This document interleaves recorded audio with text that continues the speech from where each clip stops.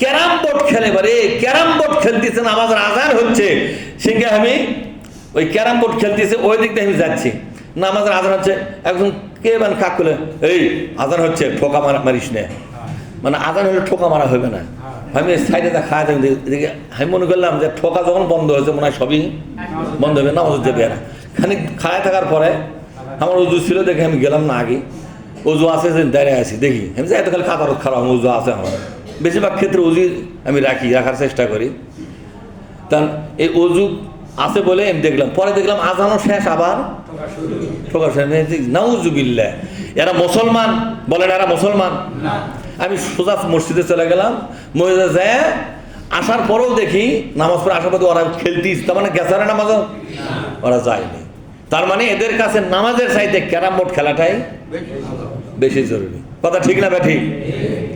আপনাদের আমাদের মধ্যে এরকম যদি লোক থাকে তাদেরকে বলবেন আত্মঘাতী কাজ করো না, এই ক্যারাম বোর্ড তোমার জন্য নাজাতের ওসিলা হবে না, বরং তোমাকে জাহান্নামে নিয়ে যাওয়ার ওসিলা হতে পারে। পারে কিনা জোরে কথা বলেন?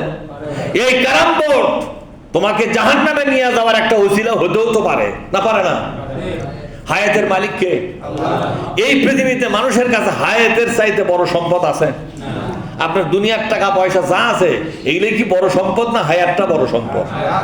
দেখেন না, সিঙ্গাপুর পর্যন্ত যায় একটু হায়াতের জন্যই তো যায়, কোটি কোটি টাকা খরচ করে, তারপরও কিন্তু মারা যায় না, এবং সে বাঁচতেই চেষ্টা করে। বাঁচার জন্য ভারতে ব্যাঙ্গালোরে যায়, সিঙ্গাপুরে যায়, কোথায় কোথায় যায় না যায়, হ্যাঁ, আমেরিকা পর্যন্ত দৌড়ে একটা মানুষ চিকিৎসার জন্য, কত জায়গায় দৌড়ে শুধু একটু হায়াত পাওয়ার জন্য। তাহলে হায়াতটা কত বড় সম্পদ?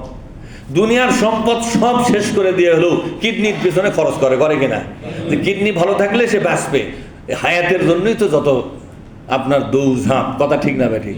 তো এই হায়াতটা এত বড় সম্পদ আপনি অবহেলায় শেষ করবেন? বলেন, আজকে সুস্থ থাকা অবস্থায় ইবাদত করতেছেন না, এমন একদিন আসবে ইবাদত করার ইচ্ছা হবে কিন্তু শরীর চলবে না আপনার। আছেন এরকম? আছে না?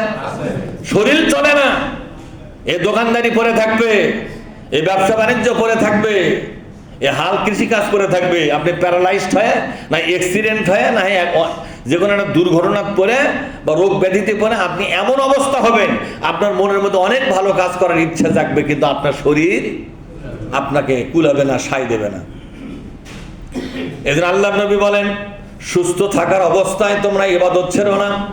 এমন একদিন তোমাদের জন্য আসতে পারে যেদিন শরীরটা অসুস্থ হয়ে পড়বে, অকার্যকর হয়ে পড়বে, শরীরটা ইনঅ্যাক্টিভ হয়ে যাবে, আর তোমার মনের মধ্যে অনেক বড় বড় ইবাদত করার ইচ্ছা জাগবে কিন্তু পারবে না। যখন পারবে, আজকে শরীর ভালো, টাকা পয়সা ভালো, হজ করতে যান,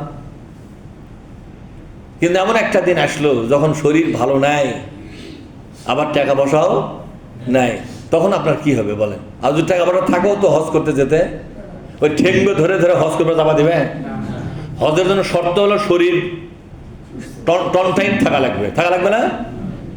শরীরটা সুস্থ থাকা লাগবে, সুস্থ দেহ, কর্মক্ষম যাকে বলা হয়। হজের যে কার্যাদি আছে এই কার্যাদি সঠিকভাবে পালন করার মতো শারীরিক যোগ্যতা থাকা লাগবে কিনা? আপনি ঠেঙ্গো ব্যবহার করতেছেন, এক পাও প্যারালাইজ হয়ে গেছে, এক হাত প্যারালাইজ হয়ে গেছে, এরকম আর হজের অনুমতি দিবে সরকার? সরকারকে দেবে না, আল্লাহ নবীতে অনুমতি দেওয়া যায়নি যে এরকম লোকের জন্য হজ নয়। কিন্তু এইরকম পরিস্থিতি হওয়ার আগেই কি কাজটা করা লাগবে না আপনার? বলেন তো, আপনার কি গ্যারান্টি আছে সারা জীবন সুস্থ থাকবেন? বলেন, হঠাৎ করে হাসপাতালে থাকা লাগতে পারে না?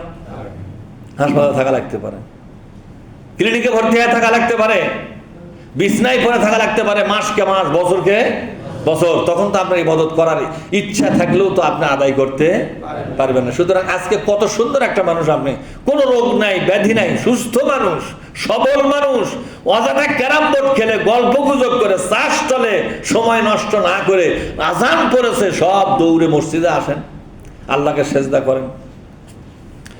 শুধু তাই নয়, আল্লাহ রাব্বুল আলামিন বলেন, ওয়ালা ইয়াযকুরুনাল্লাহা ইল্লা কলিলা।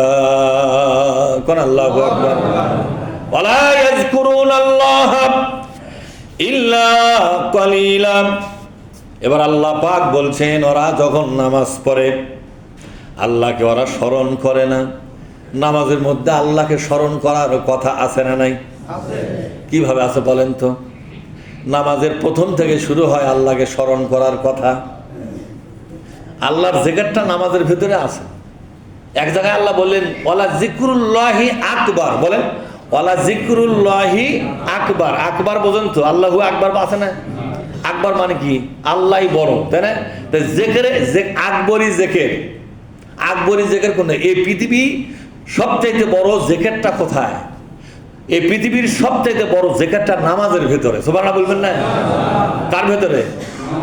এই কথাটা আমি বললাম না আল্লাহ বলল? হ্যাঁ, আল্লাহ বলল ওয়ালা জিকরুল্লাহি আকবার। এটা সূরা আনকাবুতের মধ্যে আল্লাহ বলেছেন 29 নম্বর সূরা।